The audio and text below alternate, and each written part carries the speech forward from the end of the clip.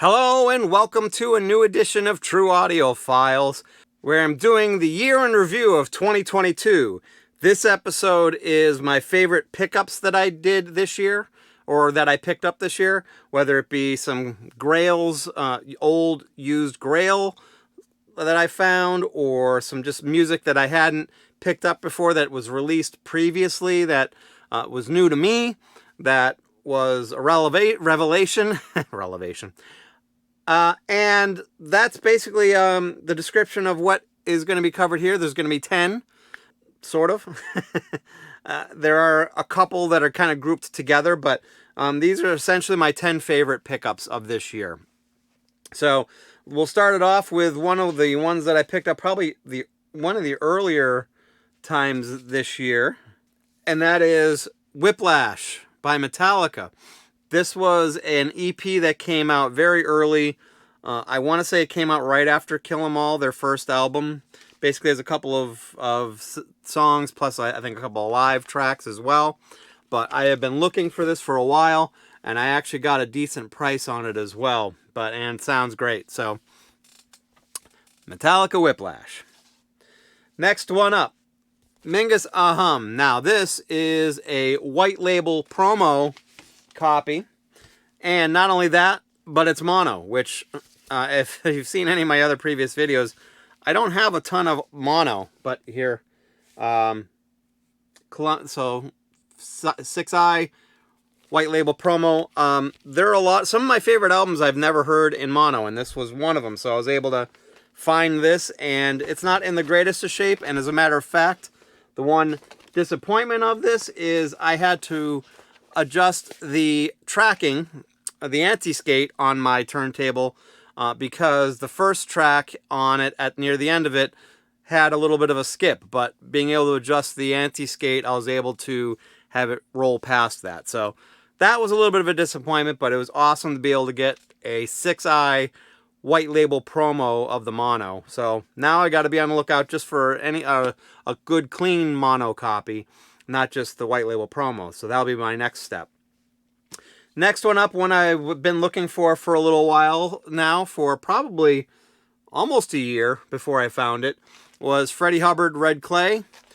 This one, similar to the Mingus, but not quite as bad. It had a little bit of noise on it, but it didn't have any skipping issues, so that was good. But I really love this album.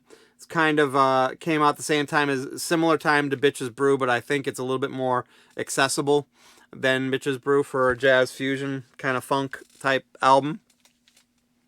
Next one was a huge surprise, and I was so excited to be able to pick this up because I didn't even know it existed until I saw it. And it's basically a promo copy of Prince Come. Basically, 3 sides of it are the album Come, and then the 4th side is some extended remixes and things like that. Never seen this before, ever, and I've been trying to get the album for quite a while now on vinyl and have not been able to find it because it came out during that time where not a lot of vinyl was made. So very, very happy to be able to pick that one up. Next one was a little bit of a surprise for me, and it's not, again, another one of those ones that's not in the greatest of shape, but it's a Root Down, Jimmy Smith Live. And what's really super appealing about this one is the song Root Down and Get It, because it's basically been sampled by the Beastie Boys in one of my favorite songs, Root Down, by them. But the overall the sound, or I should say the album is really good, and I really enjoy it. So that was kind of a fun surprise to be able to get. Next one up is one that was it was a grail for me. And so I was super excited to pick it up. It was Rolling Stones' Some Girls. I was a little bit disappointed because it's definitely not my favorite sounding version of the album. Still sounds good though, and I do really like it, and I'm really excited to be able to get this copy because it's one of my favorite albums of all times, and I'm very happy to get the MoFi version. Alright, so this is kind of a 3 LP setup that I got, and one of my friends turned me on to this, and so when I got it I was really excited and I was not disappointed. It's called Boombox, and they're 3 a version, or I should say 3 volumes, and it's basically early hip hop and rap, you know, from 1979 to 1983, and basically each set is 3 records. And there's such a lot of such great stuff on here. A lot of the stuff I hadn't even heard before, and it's probably not my favorite era of rap, but I would say it's my second favorite era of rap, because what came right after this was my favorite. But these are a treasure trove of awesome rap. Like I said, there's a total of 9 records of rap from 1979 to 1983. So great pickup there. This one was really cool. I got this at the very beginning of the year on my business trip to Seattle, and it's AC/DC High Voltage, and this is the Australian pressing of it.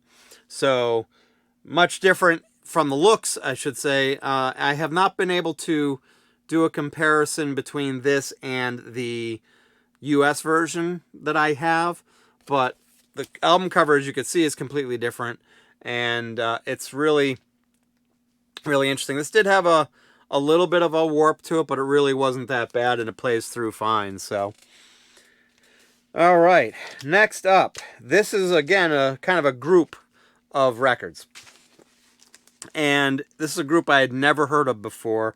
I don't remember what turned me on to them or how I was able to hear about them, but it's a band called Throttle Elevator Music.